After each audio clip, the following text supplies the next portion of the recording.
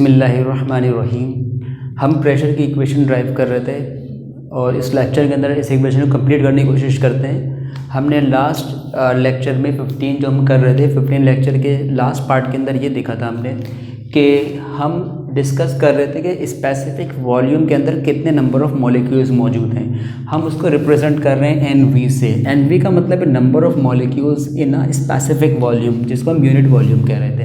इसके बाद हमने कहा था वॉल्यूम किसी भी कंटेनर का निकालने का तरीका तमाम डायमेंशंस को मल्टीप्लाई कर दें। तो हमने देखा था कि इस कंटेनर के पास 3 डायमेंशंस मौजूद हैं। हमने लेंथ इंटू लेंथ किया तो हमें क्या मिल जाएगा, L³ मिल जाएगा। तो हमने वॉल्यूम की जगह पर लिख दिया L³। उसके बाद हमने L³ और NV की जगहें बदल दी तो हमें मिल गया L³ = N/NV। अब हम इस L³ की वैल्यू को सब्स्टिट्यूट करने वाले इक्वेशन नंबर 2 के अंदर। इक्वेशन नंबर 2 में जहाँ L³ लिखा हुआ है हम L³ की जगह पर लिख देंगे इस चीज़ को N/NV को। तो अब हम करने जा रहे हैं now equation number 2 can be written as. तो इक्वेशन 2 को हम लिख रहे हैं कुछ इस तरीके से। इक्वेशन नंबर 2 की बात की जा रही है जो कि ये हमारे पास है P = m/L³ V1x। हम इसको यहाँ लिखते हैं pressure = m divided by V1x² V2x² V3x² और लास्ट मॉलिक्यूल की जो स्पीड है वो Vnx है। देखिए डिवाइड m डिवाइड बाय, तो m डिवाइड बाय L³ था, m डिवाइड बाय L³ था और L³ किसके इक्वल है, तो L³ इक्वल है number of molecules, total number of molecules divide by number of molecule in a specific volume which is 1 unit volume की बात, तो यूनिट वॉल्यूम की बात की जा रही है। तो मैं L³ नहीं लिख रहा यहाँ पर, L³ की जगह पर लिख देता हूँ मैं n डिवाइडेड बाय NV। तो basically n divide by NV क्यों लिखा हमने, इस L³ की जगह पर लिखा। अब ये NV डिवाइड हो रहा है, हम जानते हैं डिवाइड के बाद अगर डिवाइड आ जाए तो उसके नीचे लिखी वैल्यू को हमें ऊपर वाली न्यूमरेटर से मल्टीप्लाई करना होता है। तो प्रेशर की इक्वेशन बन जाएगी pressure = MNV divided by N। MNV divided by N और ब्रैकेट के अंदर हम लिख देंगे यहाँ पर V1x² plus V2x² plus V3x² और लास्ट के अंदर Vnx²। तो ये हमने इक्वेशन बना ली MNV divided by N V1x V2x² V3x² और लास्ट में हमने लिख दिया Vnx²। अब इसके बाद हम ये करने जा रहे हैं यहाँ पर कि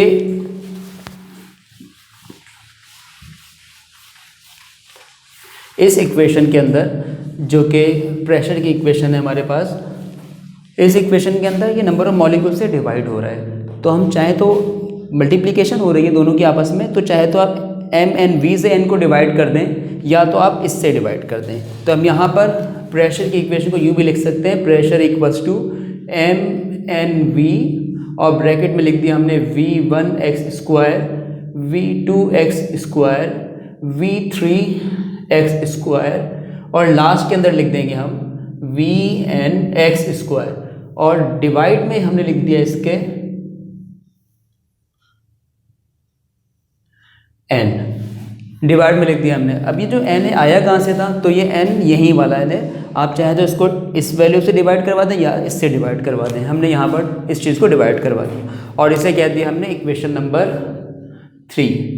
अब इस इक्वेशन नंबर 3 के अंदर जो चीज़ें आ रही हैं उस पर बात करते हैं। देखिए इक्वेशन नंबर 3 में MNV लिखा हुआ है। MNV का मतलब क्या है, M का मतलब तो हो गया मास और NV का मतलब हो गया number of molecules in unit volume. तो हम जानते हैं डेंसिटी, हमने पढ़ा है डेंसिटी के बारे में और डेंसिटी को यहाँ पर रिप्रेजेंट करेंगे रॉ से। डेंसिटी को रिप्रेजेंट करेंगे रॉ के सिंबल से। डेंसिटी का मतलब होता है total mass divided by volume, ये डेंसिटी का फॉर्मूला होता है। अब मास किसका, मास मॉलिक्यूल्स का। कितने मॉलिक्यूल्स हमारे पास हैं, अगर मैं एक मॉलिक्यूल की मास की बात करूं तो वो m होगा और वॉल्यूम किसके बराबर होगा, वॉल्यूम v के बराबर होगा। ये तो एक मास के लिए, एक मॉलिक्यूल के मास के लिए। क्या एक मॉलिक्यूल है, अगर 2 मॉलिक्यूल होते तो मैं 2m लिख देता, 3 मॉलिक्यूल होते मैं 3m लिख देता। अभी मेरे पास कितने मॉलिक्यूल्स हैं, तो इसका आंसर है मेरे पास मौजूद हैं n मॉलिक्यूल्स, इसलिए मैं लिखने वाला हूँ nm डिवाइडेड बाय v। अब इस पूरी बात का मतलब क्या है, टोटल मास और in a unit volume, total mass in a unit volume, जबकि हम जानते हैं कि n/v किसके बराबर है, n/v बराबर है nv के। तो हम लिख सकते हैं n/v की जगह पर nv, यानी मास तो अपनी जगह पर रहा और ये जो आपको n/v नज़र आ रहा है और ये n/v किसके इक्वल हो गया, ये nv के इक्वल हो गया। तो मैंने इसके लिख दिया mnv डेंसिटी के बराबर हो गया। डेंसिटी बेसिकली किसके बराबर है, मास डिवाइड बाय वॉल्यूम, और मास का मतलब हो गया total mass of all molecules divide by volume. n/v nv के इक्वल्स था। तो इसका मतलब इक्वेशन नंबर 3 के अंदर मैं mnv की जगह पर लिख सकता हूँ डेंसिटी। जबकि एक और चीज़ यहाँ पर आप देख सकते हैं, यहाँ पर तमाम स्पीड को ऐड किया गया है और डिवाइड किससे कर रहे हैं, टोटल से। तो इसका मतलब बेसिकली यहाँ पर हम ये कर रहे हैं, अगर हम इस स्टेप को देखें तो हम यहाँ पर निकाल रहे हैं v1x², v2x², v3x² और vnx² डिवाइडेड बाय n। तो हम वाकई में इस बात से कि अगर मैं दो नंबर्स को ऐड करता हूँ और उसको डिवाइड करता हूँ 2 से, या अगर मैं 3 नंबर को ऐड करता हूँ और डिवाइड करता हूँ उसको 3 से, तो इसका मतलब मैं कर क्या रहा हूँ, यहाँ पर मैं उसकी एवरेज कैलकुलेट कर रहा हूँ। यानी ये 2 नंबर का एवरेज है और ये 3 नंबर का एवरेज है। तो एवरेज निकालने का तरीका क्या होता है, एवरेज निकालने का मेथड ये होता है कि आप उन चीज़ों को ऐड करें और डिवाइड कर दें क्वांटिटी से। अगर 2 नंबर्स का एवरेज निकालें तो डिवाइड बाय 2 करेंगे, अगर 3 नंबर का एवरेज करें डिवाइड बाय 3 करेंगे। तो यहाँ पर हमने देखा कि हम यहाँ पर एवरेज निकाल किसका रहे हैं, हम स्पीड का एवरेज निकाल रहे हैं, हम स्पीड का एवरेज निकाल रहे हैं। तो हमने डिवाइड किससे करना है, तो ये स्पीड है किसकी, मॉलिक्यूल्स की स्पीड है। कितने मॉलिक्यूल की स्पीड है, तो इसका आंसर है n मॉलिक्यूल की स्पीड है। तो यहाँ पर इसका मतलब ये हो गया हम स्पीड का एवरेज निकाल रहे हैं। तो हम यहाँ पर करने जा रहे हैं एवरेज। किसका एवरेज है, स्पीड का एवरेज है। लेकिन ये जो एवरेज स्पीड निकाल रहे हैं उसको निकालने से पहले हमने हर स्पीड पे क्या लगाया हुआ, स्क्वायर। तो हम इसे लिखेंगे average square speed. Average square speed को लिखने का तरीका होगा हमारे पास v मतलब स्पीड, एवरेज का साइन होता है, एक बार लगा दिया जाता है, और स्क्वायर मतलब 2। हमने यहाँ पर एवरेज स्क्वायर स्पीड निकाल ली। मतलब इस बात का क्या है, मतलब इस बात का ये कि हर मॉलिक्यूल की अपनी अपनी स्पीड होगी, किसी की स्पीड ज़्यादा, किसी की स्पीड कम, मुख्तलिफ स्पीड से वो मूव कर रहे हैं और कोलाइड कर रहे हैं वो कंटेनर की वॉल के साथ। अब हम बात कर रहे हैं एक सिंगल वैल्यू की, ताकि हम बता सकें कि मॉलिक्यूल की स्पीड ये एक सिंगल वैल्यू जो तमाम मॉलिक्यूल की स्पीड को रिप्रेजेंट करे, और ऐसी सिंगल वैल्यू को कहा जाता है एवरेज। तो यहाँ पर हमने एवरेज निकाला है, average square speed. Average square speed का मतलब हमने तमाम स्पीड को ऐड करके एक सिंगल स्पीड की बात करें, जिसको हमने v²x कह दिया।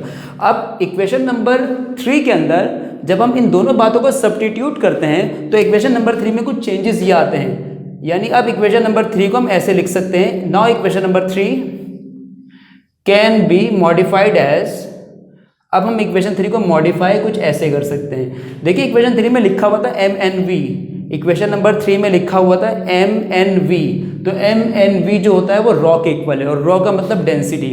तो हम यहाँ लिख देंगे p इज इक्वल्स टू, ये हो गया रॉ मतलब हो गया डेंसिटी, mnv की जगह तो डेंसिटी आ गया। जबकि पूरा ब्रैकेट जो आपको नजर आ रहा है, इस पूरे का मतलब क्या होता है, एवरेज स्क्वायर स्पीड। तो हम इसे लिख देंगे v एवरेज स्क्वायर स्पीड।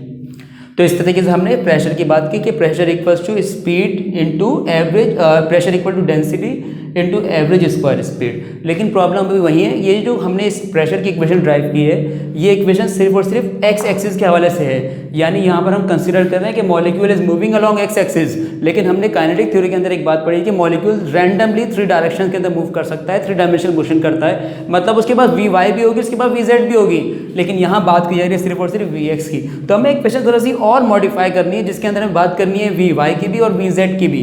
तो इसका मतलब अब हम इक्वेशन को ज़रा और चेंज करने जा रहे हैं और इसे कह देते हैं इक्वेशन नंबर 4। अब इस इक्वेशन में चेंजेस क्या करने जा रहे हैं, तो शुरू में हमने एक बात लिखी थी कि जो टोटल स्पीड होती है मॉलिक्यूल्स की वो बराबर होती है वी एक्स स्क्वायर के, वी वाई स्क्वायर के और वी जेड स्क्वायर के। टोटल स्पीड का मतलब ये होता है। लेकिन यहाँ पर हम तो एवरेज की बात कर रहे हैं। तो जब हम बात करते हैं एवरेज की, तो एवरेज के हवाले से इक्वेशन क्या बन जाएगी हमारे पास, V square equal to V square average, उसके बाद वी वाई का स्क्वायर एवरेज कर दिया हमने और वी जेड का स्क्वायर का एवरेज कर दिया हमने। दोनों में क्या फ़र्क है, ये एवरेज की बात नहीं हो रही, यहाँ पर एवरेज की बात हो रही है। अब हम यहाँ पर काइनेटिक थ्योरी को दोबारा काइनेटिक थ्योरी की वजह से बात करते हैं। काइनेटिक थ्योरी के अकॉर्डिंग ये हमने देखा है कि जो मॉलिक्यूल्स की मोशन होती है वी एक्स यानी along X axis, V Y along Y axis और वी जेड यानी कि अलॉन्ग जेड एक्सिस, इस थ्योरी के अकॉर्डिंग मतलब अज्यूम किया गया है कि जितनी चांसेस हैं कि मॉलिक्यूल की स्पीड एक्स की तरफ होगी, वही चांसेस हैं, वही प्रोबेबिलिटी है कि उसी स्पीड से वाई की तरफ ट्रैवल करेंगे और उसी सिमिलर स्पीड से वो जेड की तरफ ट्रैवल करेंगे। यानी एक अजम्पशन है हमारी, और वो अजम्पशन हमारे पास कुछ ये है कि हम यहाँ पर एज्यूम कर रहे हैं, या काइनेटिक थ्योरी के अंदर ये अजम्पशन है कि जो स्पीड एक्स की है वही स्पीड वाई की है और वही स्पीड जेड की है। यानी चांसेस हैं कि मॉलिक्यूल हर डायरेक्शन के अंदर उसका जो एवरेज स्पीड होगी वो सेम होगी। तो अब इस इक्वेशन के अंदर हम ये चेंजेस करते हैं, जैसे हम इक्वेशन नंबर 5 कह देते हैं। तो इक्वेशन नंबर 5 के अंदर जहाँ वी वाई होगा मैं वी एक्स लिख दूंगा, और जहाँ वी जेड होगा वहाँ पर भी वी एक्स, क्योंकि तमाम की तमाम स्पीड सिमिलर हैं। तो कोई वी वाई नहीं है, कोई वी जेड नहीं है, सबके सब सेम है। तो सेम होने का मतलब या तो सबको वी वाई लिख दिया जाए, या तो सबको वी एक्स लिख दिया जाए, या सबको वी जेड लिख दिया जाए। क्योंकि हम बात कर रहे थे शुरू से वी एक्स के हवाले से, तो अब हम इक्वेशन नंबर 5 को कुछ यूँ लिखेंगे कि वी स्क्वायर इक्वल्स टू, देखिए पहले तो वी एक्स स्क्वायर लिखा हुआ है वो लिख दिया हमने, फिर वी वाई है तो वी वाई भी तो वी एक्स के इक्वल है, तो हम यहाँ लिख देंगे अगेन वी एक्स, फिर वी जेड आ रहे हैं तो वी जेड भी तो वी एक्स के इक्वल है, तो यहाँ लिख देंगे अगेन वी एक्स। तीनों जगह सेम क्यों लिख दिया? असम्पशन है हमारी कि तमाम की तमाम स्पीड जो एवरेज स्पीड होगी वो सिमिलर होगी। तो V X V X V X add जब हमने किया इसे, तो ऐड करने के बाद हमें मिल जाएगा 3 वी एक्स का स्क्वायर। तो अगर मैं वी एक्स स्क्वायर की वैल्यू निकालूं तो 3 मल्टीप्लाई हो रहा है, तो इसका मतलब ये होगा ये 3 जो है डिवाइड हो जाएगा। ये जो 3 मल्टीप्लाई में लिखा हुआ है ये वी स्क्वायर से डिवाइड हो जाएगा। तो ये बन जाएगा formula 1/3 V square equal to V X square. तो ये हमने वी एक्स की वैल्यू बना ली। अब जो हमने इक्वेशन नंबर 4 छोड़ी थी पिछले स्टेप के अंदर, इस इक्वेशन 4 के अंदर वी एक्स की वैल्यू तो हम डिटरमिन कर चुके हैं। तो इस वी एक्स को हम पुट कर देते हैं, यानी इक्वेशन नंबर 6 को हम सब्स्टिट्यूट कर रहे हैं इक्वेशन नंबर 4 के अंदर। तो put equation number 6 in equation number 4। तो इक्वेशन 4 ये रही, वी एक्स की जगह तो वैल्यू हमें मिल चुकी है, तो P is equal to rho 1/3 V square. जहाँ वी एक्स लिखना था हमें वी एक्स स्क्वायर, वहाँ पर हमने उसकी इक्वेशन पुट कर दी। तो प्रेशर की इक्वेशन मिल जाएगी P equal to 1/3 rho V square, जिसे कहते हैं प्रेशर ऑफ आइडियल गैस। तो ये वो इक्वेशन थी जो हमने ड्राइव की अपने लेक्चर के अंदर। प्रेशर इक्वल होता है 1/3 के, रो यानी डेंसिटी के, और साथ में एवरेज स्क्वायर स्पीड के इक्वल होता है। अब हम यहाँ पे लेक्चर को वाइंड अप करते हैं। ये हमारी प्रेशर की इक्वेशन थी जो हमने आज कंप्लीट कर ली है।